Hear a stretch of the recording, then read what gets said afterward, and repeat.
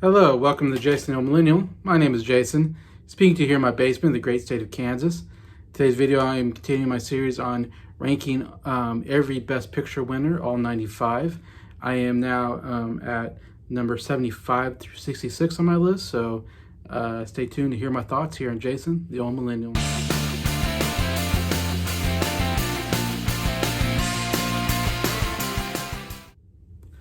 Hello, hope everybody's doing well here on a Sunday afternoon.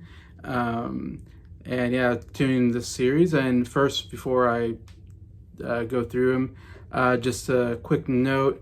Starting to move into a new house starting tomorrow. It's in the same area that I live right now, so I'm not actually moving very far from where I am right now. So it's going to be similar to everything, just a different address.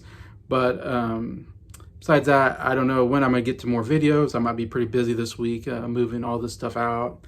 I got to take all this stuff down, and move that and rearrange it to whatever next room I can do that in. There's a basement, so I'm pretty sure I'll be able to still have kind of a similar arrangement in the basement in the new house. Anyway, so just saying, yeah, so I don't know how many videos I'll be making this week, but we'll see. But yeah, so I wanted to get this video out today before I started moving everything. And as I've been doing every week, ranking all the Best Picture winners. As you can see, there's a lot of really bad ones. In fact, most movies I feel like that win Best Picture are not very good. Definitely when I get closer to there's some really great ones, but it feels like they're far from, few between.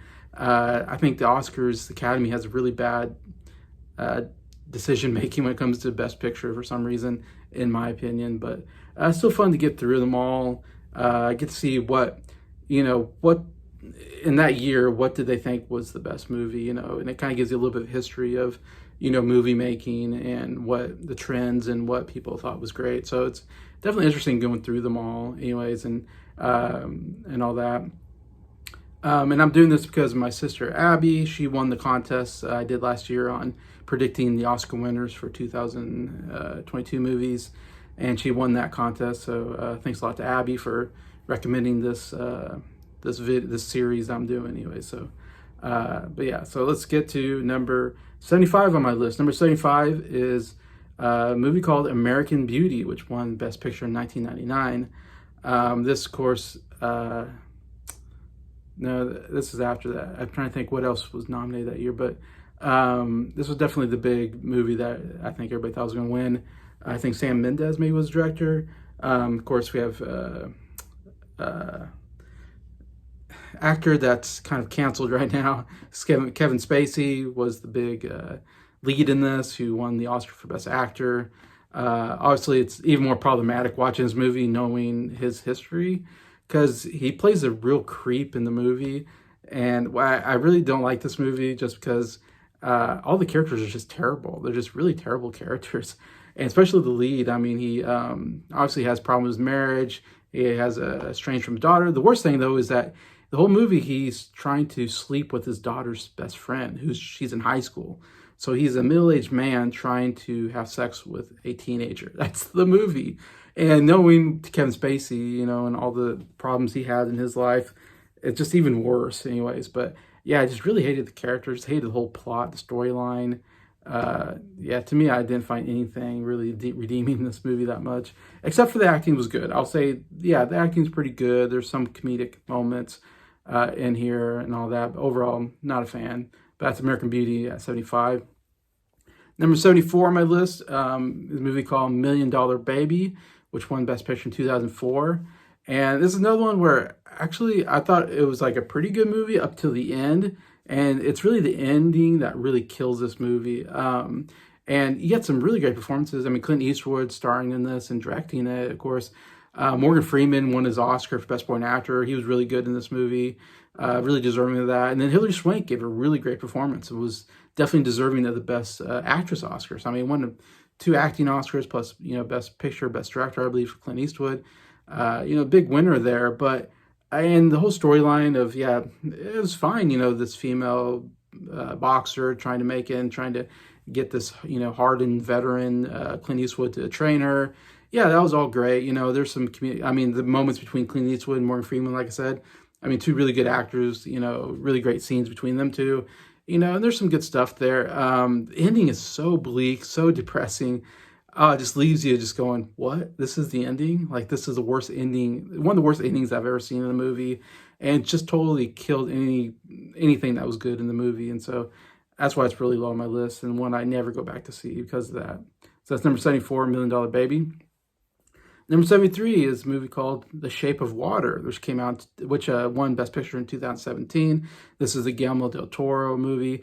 Guillermo del Toro has been, around for a while, it seems like, and been putting out a lot of interesting, like, sci-fi-ish, horror-ish movies, and definitely has a great visual style to him and a very dark style to him anyways.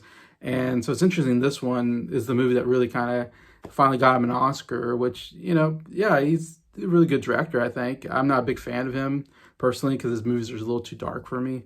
And this one, my big problem, I mean, let's face it, I mean, it's about this fish monster, like fish man monster thing, like the creature from the Black Lagoon, basically, that's been captured and, you know, kind of tormented by the government, held in this secret facility and against its will, and this lady who's like a maid or house cleaner or whatever in this facility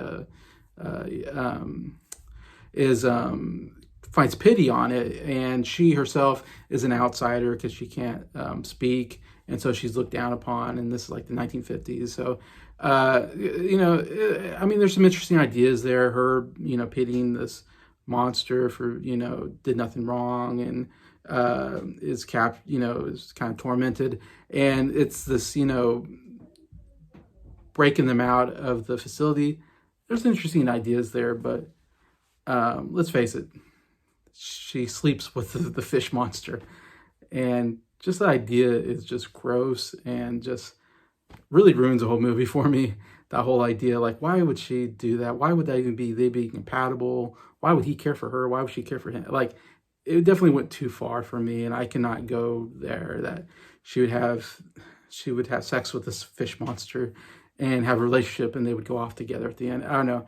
It just ruined the whole movie for me, and so I have it here at 73 on my list.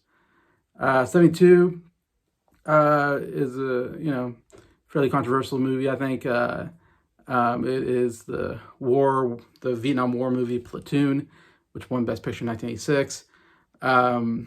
Starring Charlie Sheen, pretty young Charlie Sheen here. The director, which I'm forgetting his name, but I mean, he's a director who definitely loves to direct more controversial style movies that aren't necessarily based in fact or truth. Definitely has a lot of questions about his style. Oliver, I believe his name is Oliver, the director. Anyways, and it's kind of a take on Vietnam War, and it's just very anti-American to me, I guess, because it makes all the American soldiers look kind of terrible, and they commit some atrocities in the movie. And I just hate that. I hate when they take American soldiers and make them look bad, because I think American soldiers are heroes and should be revered, and that they're sacrificing their life for our freedom. I have so much respect for American soldiers, so I don't like anytime they put them in bad light, and they love doing that. Of course, Oliver is a very liberal individual, and liberals love to showcase America bad and America soldiers bad, and I just hate that whole sentiment. And there's even a line here that America's going to lose this war and they deserve it. And it's like, wow, that's a terrible thing to say. Like, no, we don't lose wars. We don't deserve to lose wars. We're the greatest country in the world. I'm just against all that sentiment. So yeah, I just hate the whole premise of this movie, Platoon. So it's a number 72 on my list. Number 71 is a movie you probably never heard of.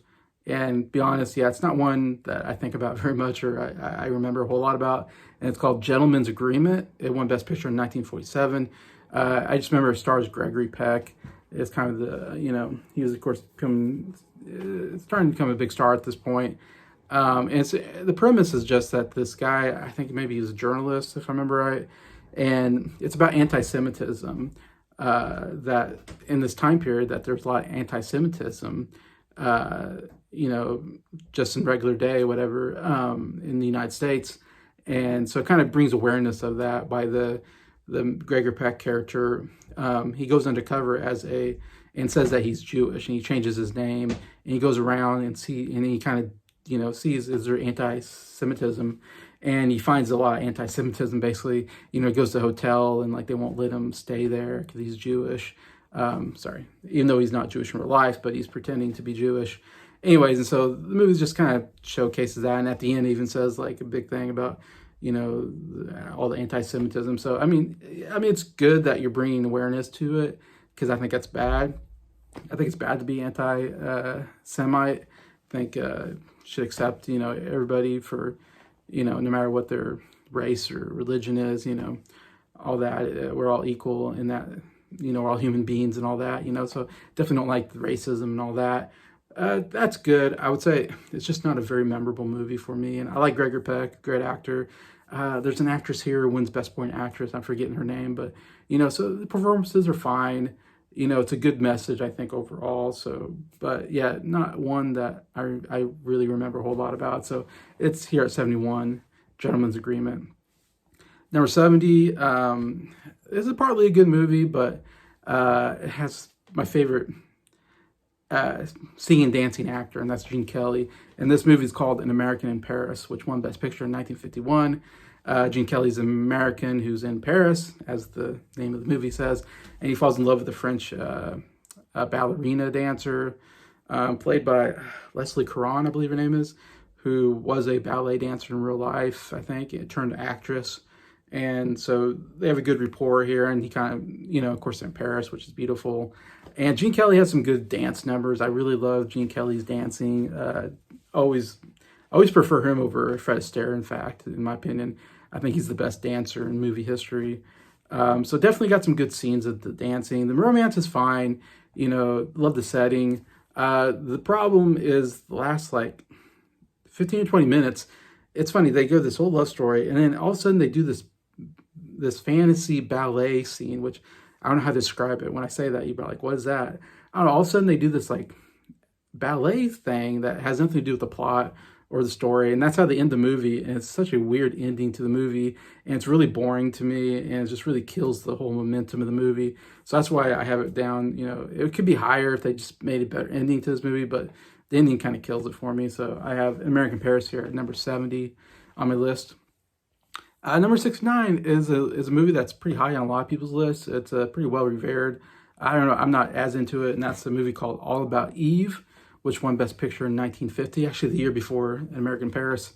Yeah, it's definitely like high on a lot of big lists, you know, of critics. People obviously love it. Gina, what's her name? The main actress, I'm forgetting, but really big actress. Kind of playing, it's, you know, the storyline, it's all about this actress who's getting older, and this younger actress kind of taking her spot, and she doesn't want her to. She doesn't want to say, you know, she doesn't want to admit that, you know, she's getting older, and the big roles are not going to her anymore, and this other girl's kind of taking her spot and kind of backstabbing her. And so it's this whole dramatic backstabbing storyline, and all that. I believe Anne Baxter, I want to say, was in it and won Best Supporting Actress. And another guy won Best Supporting Actor, and then of course won Best Picture, Best Director, all these things. Marilyn Monroe has a small part in here, like one of her first movies, I believe. I don't know, I just didn't care for all the backstabbing and the drama of the movie, the storyline. I mean, there's a lot of good actors and actresses here, though. I think there's good performances, and there's a famous line, you know, fasten your seatbelts. This is going to be a bumpy night. You know, it's a very famous line from here. I don't know. I'm just not into it as much as other people, but yeah, it's one I just never go back to. So I have it here at 69, All About Eve. Number 68 is our last Oscar Best Picture, actually. Everything, Everywhere, All at Once, which won Best Picture in 2022. The first A24 movie to win Best Picture. And man, it did very well at the Oscars. I was kind of even shocked how well it did. Even Best Picture, Best Director, Michelle Yeoh, which I was happy for because I think she's a good actress. And first, I think, Asian actress maybe to win Best Actress, I believe. So, I mean, that was cool, groundbreaking. Also won Best Supporting Actor for Ke Huy Quan, who I didn't think was very good in the movie, but happy for him. He gave such a great speech. And then Jamie Lee Curtis won an Oscar for a movie that her role was not that great. Like, I'm really shocked that she won. But anyways, overall movie, it is the weirdest movie I've ever seen in my life. The plot doesn't make any sense to me. It's a multiverse. You know, multiverses are very popular, of course, like in the MCU and Spider-Man and all that. So this is kind of a weird take on the multiverse. And the rules are very complicated and confusing. And she goes through all these different worlds. Some of them are more interesting than others. You know, there's some interesting ideas there, but it's just, they went really wacky with the ideas in this movie. And it just took me out. Like, I had a hard time following and really caring about anything. Because I'm like, what is going on in this movie? I mean, I have it here at 68, so I have it a little bit higher than I'm giving it credit for, just because there's some action scenes that are decent here. And I like Michelle Yeoh enough that I'm giving that credit. Just overall, though, it's just too weird of a movie for me to really like or to go back to. But everybody loves this movie, I know. I'm one of the odd ones that's just couldn't get into it. But I have it here at 68. Everything, Everywhere, All at Once. Number 67, I have a Shakespeare classic here, and this is Hamlet, which won Best Picture in 1948. Hamlet's probably the most famous play by Shakespeare.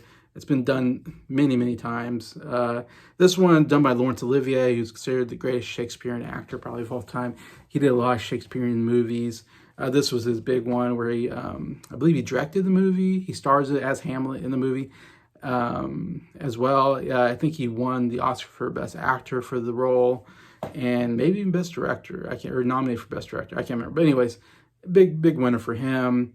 Laurence Olivier, of course, really great actor. Definitely did a good job in the role. I can't say I'm like the biggest Shakespeare fan though, or the biggest fan of Hamlet. I've read the book, you know, and I've seen this version, and I don't really go back to watching Shakespearean type movies. The language is just a little hard to understand. It's this very weird old English language that we don't use today, and so it's just always a little odd. I have a hard time kind of getting what's going on, you know. And it's just an okay storyline. It's not like my favorite storyline of Shakespeare. I'm more a big fan of like Macbeth or Romeo and Juliet. I like a little bit more, but you know, still have to give credit. It's a Shakespearean classic. Laurence Olivier does a good job here, so I have it at 67 on my list. All right, the last movie I'm going to talk about on this this list here, number 66. Another movie. It's not really well known. I don't think it's not one people talk about. And it's called The Last Emperor, which won Best Picture in 1987, chronicling the last emperor of China, who became emperor when he was like a little kid, and he grows up in the Forbidden City in China. But then China gets taken over. I don't know if it was by the Japanese or something, and so he has to flee the Forbidden City as the emperor, and he has to kind of step down as emperor. And then he becomes just a regular person like everybody else. So, I mean, there's some interesting ideas there. Like, wow, someone who grew up, he's the emperor of one of the biggest countries in the world. He's, the highest office, he's got supreme command. He's just a kid and doesn't really know anything. And then as a young man, he has to leave, and what that does to him. And at the end, he becomes a gardener at the Forbidden City. So he used to sit in the chair, the big chair in the Forbidden City. And at the end, he's actually just a gardener. So there's some interesting ideas there for sure. But overall, I was pretty bored with this movie. There's only one maybe well-known actor in it, if I remember right. Besides that, it's a lot of actors I don't know. None of the performances were particularly that great. The storyline, not that great. There's some interesting story ideas, but overall, too long, too boring. It's not one I've ever gone back to. And so I have it here at number 66, The Last Emperor. So that's my 10 movies for today, 75 to 66. So still got quite a bit, 65 more movies to talk about, but really enjoy talking about these movies. And hopefully, if you haven't heard of these movies, at least you kind of heard about them now maybe, and piques your interest and all that. So definitely leave a comment. Have you seen these movies I've talked about? Which ones do you like and all that? Love to read your comments. So please do that. And just thank you to everybody watching this video. Thank you for liking the videos. And just thank you to all my subscribers for supporting the channel. I appreciate you all, and I hope you have a good day.